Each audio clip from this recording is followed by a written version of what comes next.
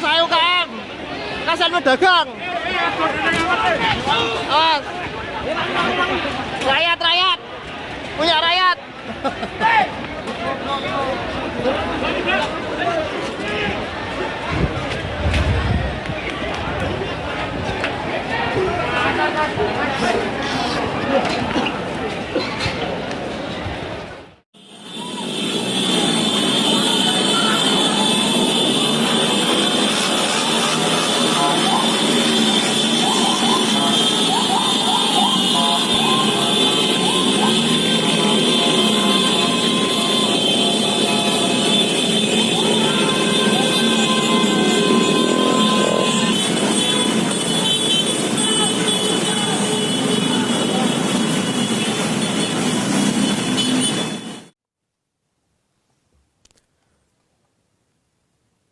Assalamualaikum warahmatullahi wabarakatuh. Bapak, Ibu, saudara-saudara sebangsa setanah air,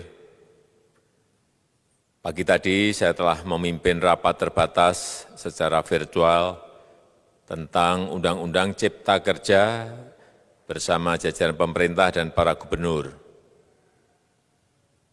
Dalam undang-undang tersebut terdapat 11 klaster yang secara umum bertujuan untuk melakukan reformasi struktural dan mempercepat transformasi ekonomi. Adapun klaster tersebut adalah urusan penyederhanaan perizinan, urusan persyaratan investasi, urusan ketenagakerjaan, urusan pengadaan lahan, urusan kemudahan berusaha, urusan dukungan riset dan inovasi, urusan administrasi pemerintahan, urusan pengenaan sanksi, urusan kemudahan pemberdayaan dan perlindungan UMKM, urusan investasi dan proyek pemerintah, serta urusan kawasan ekonomi. Dalam rapat terbatas tersebut, saya tegaskan mengapa kita membutuhkan Undang-Undang Cipta Kerja. Pertama, setiap tahun ada sekitar 2,9 juta penduduk usia kerja baru, anak muda yang masuk ke pasar kerja, sehingga kebutuhan atas lapangan kerja baru sangat-sangat mendesak. Apalagi di tengah pandemi, terdapat kurang lebih 6,9 juta pengangguran dan 3,5 juta pekerja terdampak pandemi COVID-19. Dan sebanyak 87% dari total penduduk bekerja memiliki tingkat pendidikan setingkat SMA ke bawah, di mana 39% berpendidikan sekolah dasar. Sehingga perlu mendorong penciptaan lapangan kerja baru, khususnya di sektor padat karya. Jadi, Undang-Undang Cipta Kerja tujuan untuk menyediakan lapangan kerja sebanyak-banyaknya bagi para pencari kerja serta para pengangguran. Kedua, dengan Undang-Undang Cipta Kerja akan memudahkan masyarakat, khususnya usaha mikro kecil, untuk membuka usaha baru. Regulasi yang tumpang tindih dan prosedur yang rumit dipangkas. Perizinan usaha untuk usaha mikro kecil UMK tidak diperlukan lagi, hanya pendaftaran saja. Sangat simpel. Pembentukan PT atau perseroan terbatas juga dipermudah. Tidak ada lagi pembatasan modal minimum. Pembentukan koperasi juga dipermudah. Jumlahnya hanya 9 orang saja. Koperasi sudah bisa dibentuk. Kita harapkan akan semakin banyak koperasi-koperasi di tanah air. UMK, usaha mikro kecil yang bergerak di sektor makanan dan minuman, sertifikasi halalnya dibiayai pemerintah, artinya gratis. Izin kapal nelayan penangkap ikan misalnya, hanya ke unit kerja Kementerian KKP saja.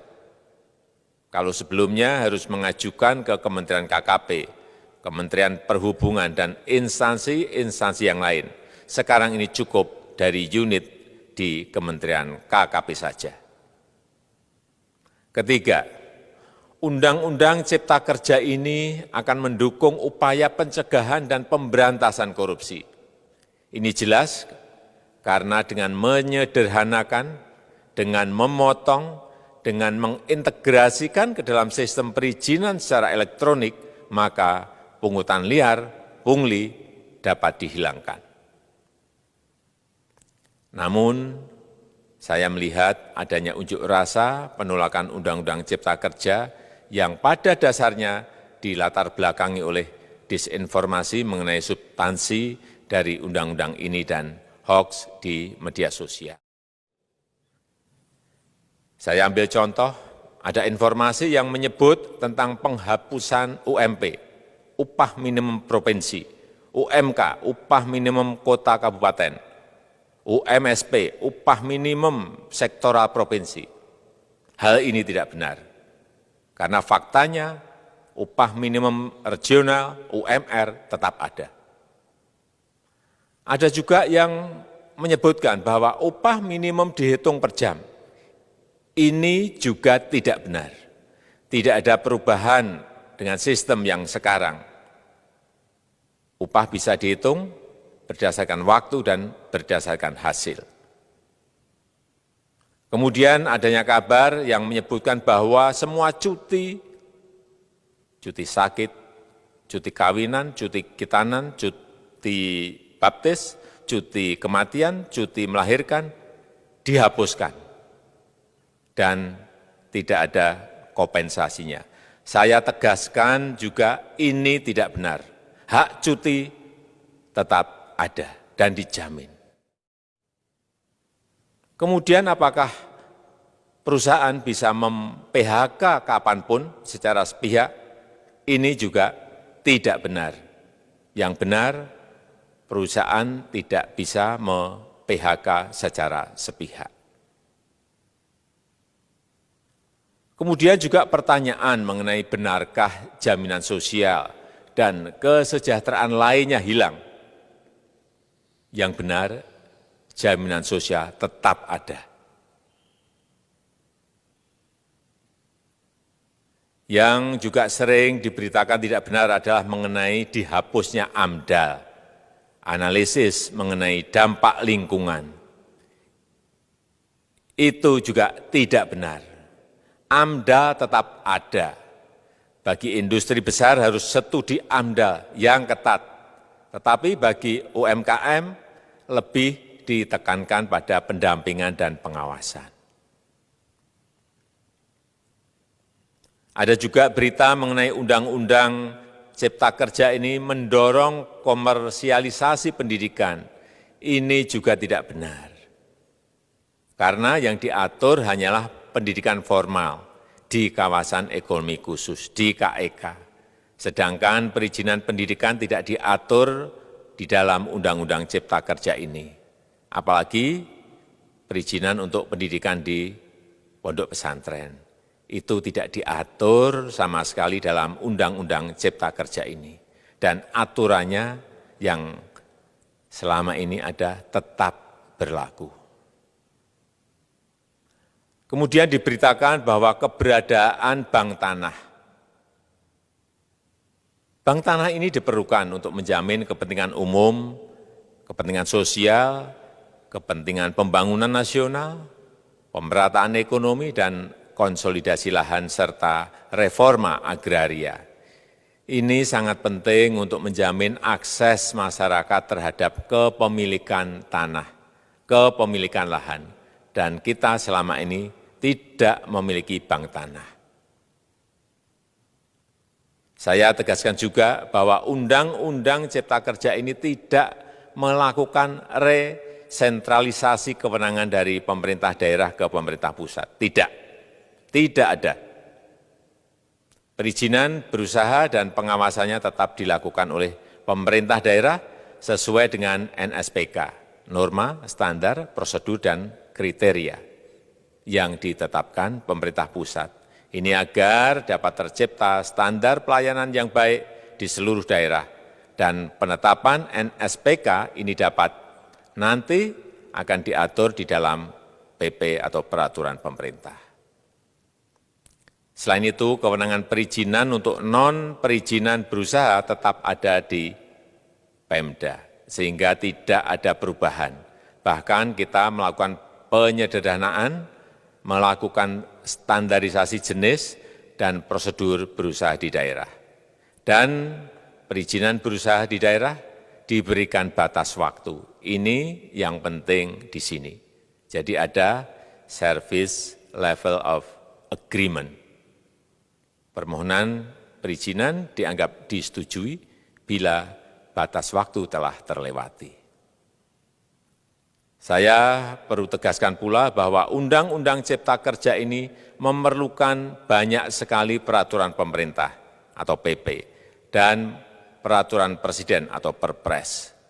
Jadi setelah ini akan muncul PP dan Perpres yang akan kita selesaikan paling lambat 3 bulan setelah diundangkan. Kita pemerintah membuka dan mengundang masukan-masukan dari masyarakat, dan masih terbuka usulan-usulan dan masukan dari daerah-daerah. Pemerintah berkeyakinan melalui Undang-Undang Cipta Kerja ini jutaan pekerja dapat memperbaiki kehidupannya dan juga penghidupan bagi keluarga mereka. Dan kalau masih ada, jika masih ada ketidakpuasan terhadap Undang-Undang Cipta Kerja ini, silahkan mengajukan uji materi atau judicial review melalui MK, Mahkamah Konstitusi. Sistem ketatanegaraan kita memang mengatakan seperti itu. Jadi, kalau masih ada yang tidak puas dan menolak, silahkan diajukan uji materi ke MK. Saya rasa itu yang bisa saya sampaikan pada kesempatan yang baik ini. Terima kasih. Wassalamualaikum warahmatullahi wabarakatuh.